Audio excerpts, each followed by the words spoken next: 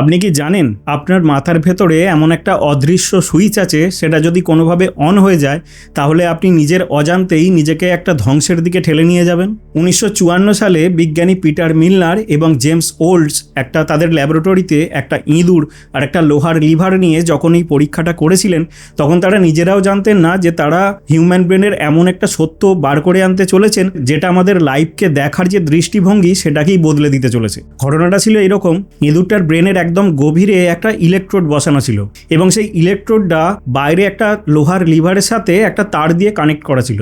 আর ইলেকট্রোডটা ব্রেনের যে জায়গায় বসানো ছিল সেটাকে বলা হয় প্লেজার সেন্টার। প্লেজার সেন্টার হচ্ছে আমাদের ব্রেনের সেই পার্ট যেখান থেকে আমাদের আনন্দ, ভালো লাগা বা প্লেজারের অনুভূতিগুলো তৈরি হয়। এবার সিস্টেমটা ছিল এরকম, যতবার ইঁদুরটা ওই লিভারটা প্রেস করবে, লিভারটা চাপবে, ততবার একটা ইলেকট্রিক সিগন্যাল ইলেকট্রোডের মধ্যে দিয়ে ব্রেনের প্লেজার সেন্টারে পাস হবে। তার ফলে কি হলো, ইঁদুরটা যতবার ওই লিভারটা প্রেস করতো ততবার তার ব্রেনের মধ্যে একটা অদ্ভুত আনন্দের অনুভূতি তৈরি হতো এবং এক মুহূর্তের জন্য সে পৃথিবীর সবথেকে বেশি সুখ অনুভব করত। প্রথম যখন ইঁদুরটা ওই লিভারটা চেপেছিল তখন ছিল মেবি ওটা অ্যাক্সিডেন্ট বা কৌতূহলের বশে গিয়ে ওটা চেপেছিল, কিন্তু যখনই দেখলো যে যতবার সে প্রেস করছে ততবার তার সারা শরীরে একটা আনন্দের অনুভূতি তৈরি হচ্ছে, তখন তার সেই কৌতূহলটাই পরিণত হলো হ্যাবিটে।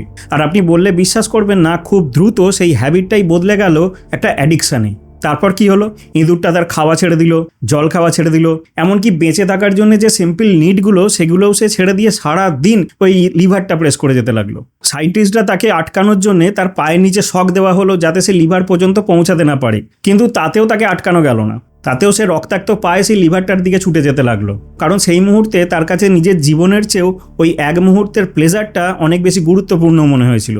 এবং পরে কি হলো, সে না খেয়ে ক্লান্তিতে ধুঁকে সে আস্তে আস্তে ওই লিভারের সামনে ইঁদুরটা মারা গেল। এখন এই ইঁদুরটার এই যে আত্মঘাতী ব্যবহারের পেছনে যে শক্তিটা কাজ করেছিল, সাইকোলজির ভাষায় তাকে বলা হয় প্লেজার প্রিন্সিপাল। প্লেজার প্রিন্সিপাল হচ্ছে আমাদের ব্রেনের একটা আদিম সিস্টেম, যার কাছে লজিক বা ফিউচারের থেকেও ইনস্ট্যান্ট প্লেজারটা অনেক বেশি গুরুত্বপূর্ণ। আজকের দিনেও আমাদের স্মার্টফোন, ইনফাইনাইট স্ক্রলিং বা নোটিফিকেশন হচ্ছে সেই এক একটা লিভার। প্রতিবার আমরা এগুলোকে চাপছি, আনন্দ পাচ্ছি, আবার চাপছি, আর নিজের অজান্তেই আমরা একটা ডেডলি লুপের মধ্যে চলে যাচ্ছি। আজকের ভিডিওতে আমি দেখাবো কিভাবে এই সিস্টেমগুলো আমাদের ব্রেনকে হাইজ্যাক করে এবং সায়েন্টিফিক উপায়ে কিভাবে আমরা এই লুপ থেকে বেরিয়ে আসতে পারি।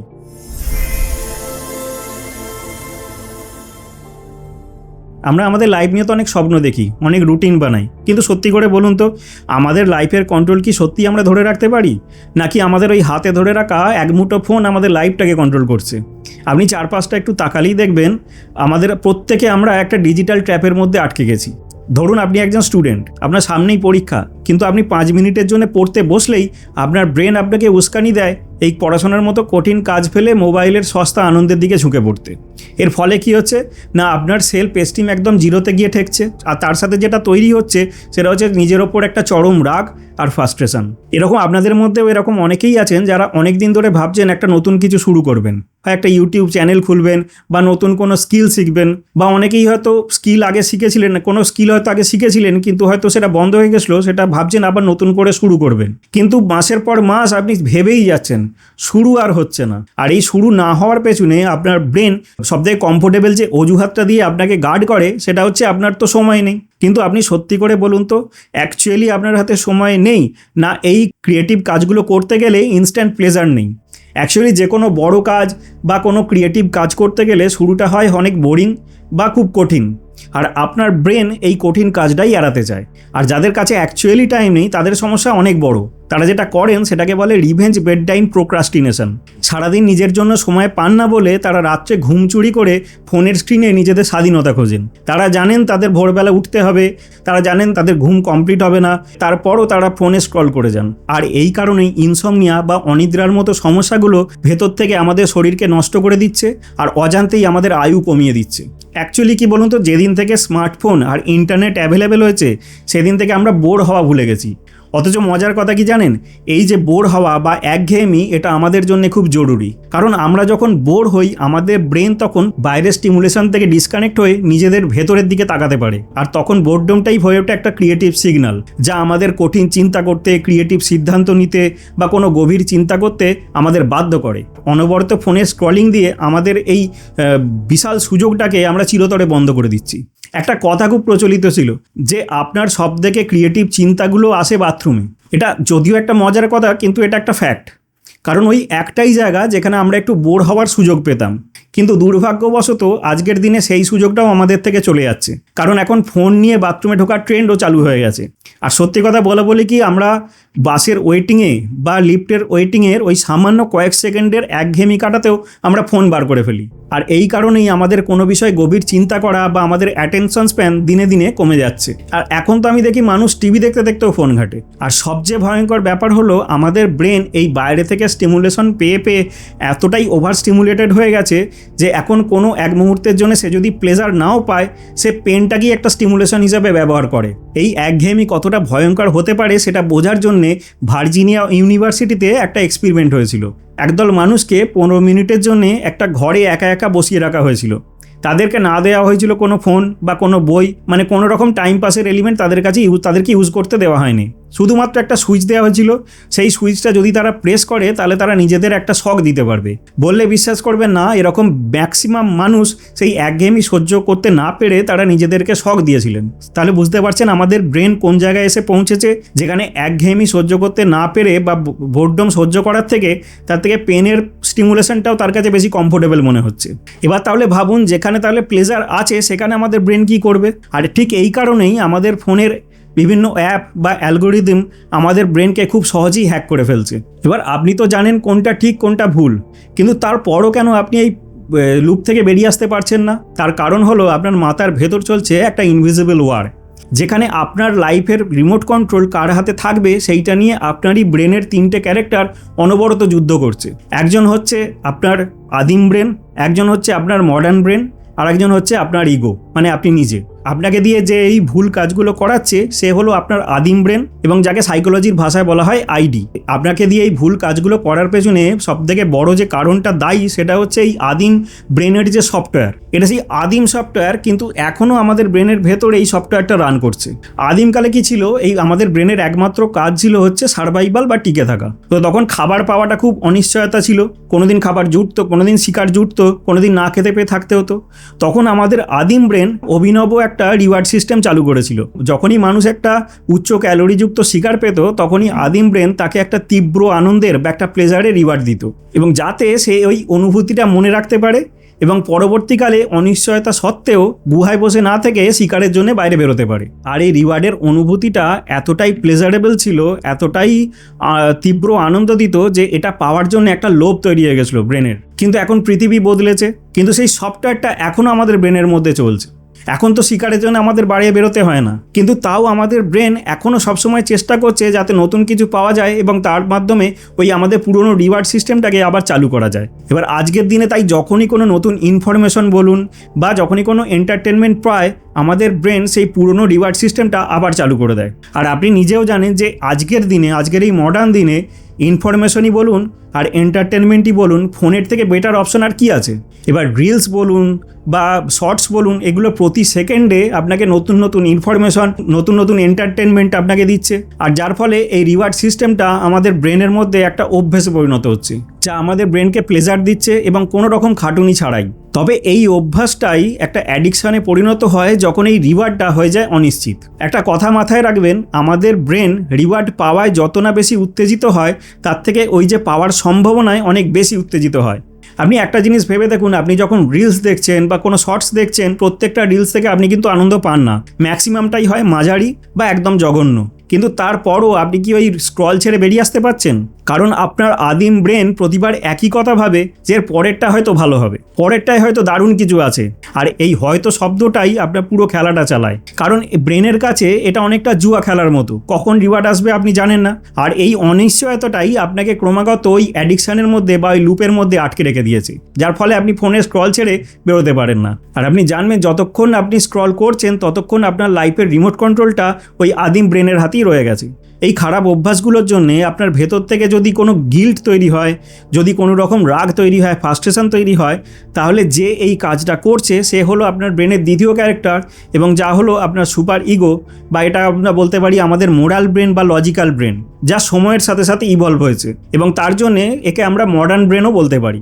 অর্থাৎ আপনার দুটো ব্রেনের এই মুহূর্তে দুটো ক্যারেক্টার আমরা পেলাম। একটা হচ্ছে আপনার আদিম ব্রেন, যে আপনাকে দিয়ে ওই ভুল কাজগুলো করাচ্ছে, এবং এই ভুল কাজগুলো করার জন্য যে আপনার মনের ভেতর গিল্ট তৈরি করছে, সে হচ্ছে আপনার মডার্ন ব্রেন। কারণ সে চায় সমাজের চোখে আপনাকে সবসময় পারফেক্ট লাগুক, আপনাকে সামাজিক লাগুক, তার জন্য সে চায় সেই রিমোট, আপনার লাইফের রিমোট কন্ট্রোলটা তার হাতে থাকতে। কিন্তু যখনই সে দেখছে যে আপনার লাইফের রিমোট কন্ট্রোলটা আদিম ব্রেনের হাতে আছে এবং আপনাকে দিয়ে অনেক ভুলভাল কাজ করাচ্ছে, তখনই সে মনে মনে প্রচণ্ড রেগে যাচ্ছে এবং আপনার কানের কাছে গিয়ে বারবার আপনাকে এটা বোঝাচ্ছে যে আপনি একজন অপদার্থ, আপনার দ্বারা কিচ্ছু হবে না। আর এই যে প্রচণ্ড গিল্টটা, এটাই আমাদের ব্রেনের ভেতরে কর্টিসল হরমোন বাড়িয়ে দিয়ে আমাদের স্ট্রেস বাড়িয়ে দিচ্ছে। আর ট্র্যাজেডি হলো আমরা এই মেন্টাল স্ট্রেস কমানোর জন্যে আরও বেশি ওই ইনস্ট্যান্ট প্লেজারের জন্য আরও বেশি মোবাইলে স্ক্রলিংয়ের প্রতি অ্যাডিক্টেড হয়ে যাচ্ছি এবং একটা লুপ ক্রমাগত চলতে থাকছে। তো এই যে দুটো ক্যারেক্টারের যে যুদ্ধ, রিমোট কার হাতে থাকবে, আদিম ব্রেন না মডার্ন ব্রেন, এইখান থেকে এই ব্যাপারটাকে মধ্যস্থতা করার জন্য এন্ট্রি হয় আপনার ব্রেনের তৃতীয় ক্যারেক্টার বা আপনি নিজে বা আপনার সচেতন ব্রেন। সাইকোলজির ভাষায় একে বলা হয় ইগো। তো এ কী করে? এর মূল কাজ হলো আদিম ব্রেন আর মডার্ন ব্রেনের মধ্যে একটা ব্যালেন্স মেনটেন করা। কিভাবে করতে পারে? যদি আপনার লাইফের রিমোট কন্ট্রোলটা পুরোপুরি আদিম ব্রেনের থেকে কেড়ে নিয়ে মডার্ন ব্রেনকে দিয়ে দেয়, তাহলে আপনাকে কী হবে? আপনার লাইফের যে এন্টারটেনমেন্ট সেগুলো একদম হারিয়ে যাবে, কারণ আপনাকে সমাজের চোখে সবসময় একদম পারফেক্ট দেখাতে হবে, আর তার জন্য আপনার অরিজিনাল ইমোশনগুলোকে চাপা দিয়ে রাখতে হবে। আর এই সমাজের চোখে নিজেকে ভালো মানুষ প্রমাণ করতে গিয়ে নিজেদের যে ইমোশনগুলোকে যদি আমরা জোর করে চেপে রাখি, তাহলে কি ভয়ঙ্কর পরিণতি হতে পারে সেটা আমি আগের ভিডিওতে দেখিয়েছি, আপনারা গিয়ে একবার দেখে নিতে পারেন। আর আপনার লাইফের রিমোট কন্ট্রোলটা যদি আদিম ব্রেনের হাতে থাকে, তাহলে কি সমস্যা হয় সেটা আপনি অলরেডি বুঝতে পারছেন, তার জন্য এই ভিডিওটা দেখছেন। তাহলে এই সময় ন্যাচারালি আমাদের ব্রেন একটা মধ্যস্থতা করে। কি করে? আপনি ম্যাক্সিমাম টাইমে ঠিক করেন যে 5 মিনিট ফোন ঘাঁটবো, তারপর আমি আমার কাজ করব, তারপর পড়তে বসবো, কি তারপর এই কাজটা করব। কিন্তু মজার কথা হলো আমাদের আদিম ব্রেন এত জেদি আর এত শক্তিশালী, একবার যদি ফোনটা আপনি 5 মিনিটের জন্য নেন, তারপর কখন যে সেই 5 মিনিট 2 ঘন্টা হয়ে গেছে আপনি বুঝতে পারবেন না। অর্থাৎ আপনার আদিম ব্রেন জিতে যায় আর মডার্ন ব্রেন বা লজিক আপনার কাছে হেরে যায়। এখন উপায় কি? উপায় হচ্ছে আপনার লাইফের যে রিমোট কন্ট্রোল সেটা পুরোপুরি না আদিম ব্রেনকে দেওয়া না মডার্ন ব্রেনকে দেওয়া, সেই তার পুরোপুরি কন্ট্রোলটা আপনার সচেতন সত্তা বা আপনার নিজের কাছে রাখা। এটা করবেন কিভাবে? 3টে উপায় আছে। ফার্স্ট স্টেপে বলবো কী করে আপনি ওই কন্ট্রোলটা নিজের হাতে নেবেন। সেকেন্ড স্টেপে বলবো কিভাবে আপনি, আপনার ব্রেন তো বায়না করবি, আদিম ব্রেন তো বায়না করবি ওটা কেড়ে নেওয়ার জন্যে, কিভাবে তাকে আপনি একটা শর্ত দিয়ে বোঝাবেন। এবং 3 নম্বর বলবো কী করে আপনি একটা নতুন রিওয়ার্ড সিস্টেম তৈরি করতে পারবেন, যাতে আপনার আদিম ব্রেন ওই পুরনো রিওয়ার্ড সিস্টেম ছেড়ে এই নতুন রিওয়ার্ড সিস্টেমের প্রতি আকৃষ্ট হয় এবং সেই অ্যাডিকশন লুপ থেকে বেরিয়ে আসতে পারে। তো প্রথম, কিভাবে আপনি লাইফের কন্ট্রোলটা নিজের হাতে নেবেন, এটা আপনাকে খুব কৌশলে করতে হবে। এরম নয় যে জোর করে কেড়ে নেবেন, সেটা হবে না। কিভাবে করবেন? না, এমন একটা টাইম বেছে নিন যে টাইমটা সেই রিমোট কন্ট্রোলটা কারুর কন্ট্রোলে থাকে না, এবং সেই টাইমটা হলো সকালবেলা ঘুম থেকে ওঠার পরই। যাদের সকালবেলা ঘুম থেকে ওঠার পরই ফোন ঘাটার অভ্যাস আছে, তারা আগের দিন রাত্রিবেলায় ফোনটাকে পাশের ঘরে রেখে আসুন, না হলে এমন একটা দূরত্বে রাখুন যেখানে সকালবেলা উঠেই আপনি ফোনটা হাতে পাবেন না। কারণ যদি একবার সকালবেলা উঠে আপনি ফোনটা হাতে পেয়ে যান, তাহলে পুরোপুরি আপনার লাইফের কন্ট্রোলটা আবার চলে যাবে সেই আদিম ব্রেনের কাছে। আর যখনই সকালবেলা উঠে আপনি হাতের কাছে ফোনটা পেলেন না, তাহলে আপনার লাইফের কন্ট্রোলটা আপনার কাছে রয়ে গেল। এটা গেল প্রথম। সেকেন্ড, কি করতে হবে? আদিম ব্রেন তো সবসময় চাইবে যে আপনার থেকে ফোনটা কেড়ে নিতে, তাকে যদি একদমই না দেন সেটাও কিন্তু চলবে না। লাইফের কন্ট্রোলটা যতক্ষণ আপনার কাছে আছে, আপনি তাকে একটা শর্ত দিন। বোঝান কিভাবে? না, বলুন যে একটা প্রোডাক্টিভ কাজ কমপ্লিট করলে তবেই আমি সেই ফোনটা গিয়ে ঘাঁটবো। সিম্পল। এবং খেয়াল রাখবেন সেই কাজটা যেন বড় না হয়, কারণ আপনি যদি কোনো বড় কাজ শুরু করতে যান সেটা হয়ে যাবে বোরিং, আর আপনার ব্রেন তখনই ওই বোরিং কাজে প্লেজার না খুঁজে পেয়ে তখন কী করবে? ইনস্ট্যান্ট প্লেজারের জন্য আবার সেই ফোনের প্রতি অ্যাডিকশন চলে আসবে। তো তার জন্য কি করতে পারেন? ছোট ছোট টার্গেট রাখুন। আপনি 5 মিনিটের জন্য বই পড়লেন, 5 মিনিটের জন্য নতুন কোনো স্কিল শিখলেন, 5 মিনিটের জন্য ওয়ার্কআউট করলেন, খুব ইজি। যখনই কাজটা ছোট করে দিলেন, টার্গেট ছোট করে দিলেন, সেটা অ্যাচিভ করা আপনার কাছে খুব ইজি হবে, আপনি বোর হবেন না। আর যখনই বোর হবেন না তখন আপনি কাজটা কমপ্লিট করতে পারবেন। তারপর আপনি ফোন ঘাঁটলেন। 3 নম্বরে বলেছিলাম কিভাবে একটা নতুন রিওয়ার্ড সিস্টেম তৈরি করবেন, যাতে ওই আদিম ব্রেন আপনার পুরনো রিওয়ার্ড সিস্টেম ভুলে গিয়ে আপনার এই নতুন রিওয়ার্ড সিস্টেমের প্রতি আকৃষ্ট হয়। কি করে আপনি পার্মানেন্টলি আপনার আদিম ব্রেনকে ওই অ্যাডিকশান থেকে মুক্ত করবেন?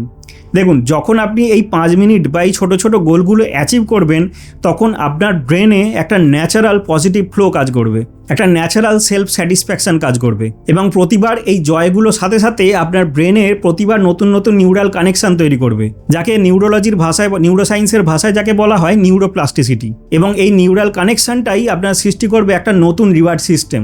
আর এই নতুন রিওয়ার্ড সিস্টেমটাই যে প্লেজারটা আপনাকে দেবে এই কাজগুলো কমপ্লিট করার জন্যে, তার যে কোয়ালিটি সেটা ওই আপনার সস্তা প্লেজারের থেকে, যেটা আপনি ফোন থেকে পাচ্ছেন, তার থেকে 100 গুণ ভালো কোয়ালিটির হবে। আর আপনার আদিম ব্রেন যখনই দেখবে একটা এই নতুন কোয়ালিটির এই নতুন রিওয়ার্ড সিস্টেমের যে প্লেজারের কোয়ালিটি তা 100 গুণ ভালো বা এতটা ভালো কোয়ালিটির, সে তখন অটোমেটিক্যালি ওই সস্তার আনন্দের এই সস্তার রিওয়ার্ড সিস্টেম ছেড়ে আপনার এই নতুন রিওয়ার্ড সিস্টেমে বা এই মডার্ন রিওয়ার্ড সিস্টেমের সাথে যুক্ত হতে চাইবে। আর যার ফলে আপনার ওই পুরোনো দিনের লুপ, পুরোনো ওই অ্যাডিকশান লুপ অনায়াসে ভেঙে গিয়ে আপনি আবার নতুন করে লাইফটাকে দিক দিতে পারবেন বা দিশা দিতে পারবেন।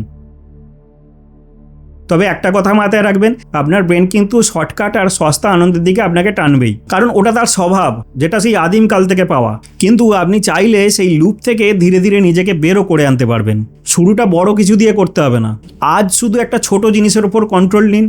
হয়তো ফোনটাকে রাত্রিবেলায় অন্য ঘরে রেখে আসুন, হাতের কাছ থেকে একটু দূরে সরিয়ে রাখুন, বা একটা ছোট্ট 5 মিনিটের কাজ কমপ্লিট করুন। কারণ প্রতিটা ছোট ছোট কন্ট্রোলই আপনার মনের ভেতরে, আপনার ব্রেনের ভেতরে নতুন নিউরাল কানেকশান বা একটা নতুন মডার্ন রিওয়ার্ড সিস্টেম চালু করবে। তো আজ অন্তত এইটুকু মনে রাখুন, আপনি নিজের ইচ্ছার দাস নয়, আপনি চাইলে নিজের মনের ভেতরটাও পাল্টে ফেলতে পারবেন। দেখা হবে পরের ভিডিওতে। ভালো থাকবেন, সুস্থ থাকবেন, নমস্কার।